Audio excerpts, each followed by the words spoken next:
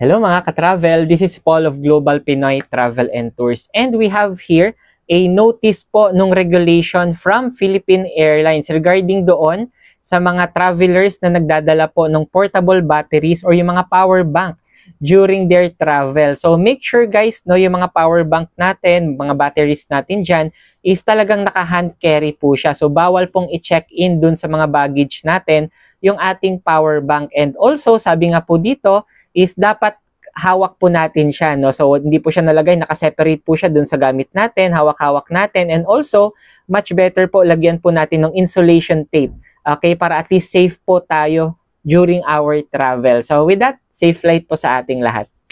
Gusto mo din bang umattend ng ating free webinar para sa travel and tours business? Message mo ako directly dito po sa aking Facebook, Messenger, or sa WhatsApp, or sa mga contact numbers ko na ilalagay dito sa screen para mabigyan kita ng invitation link para sa ating free webinar for you to know more about our travel and tours business. With that, God bless po sa ating lahat.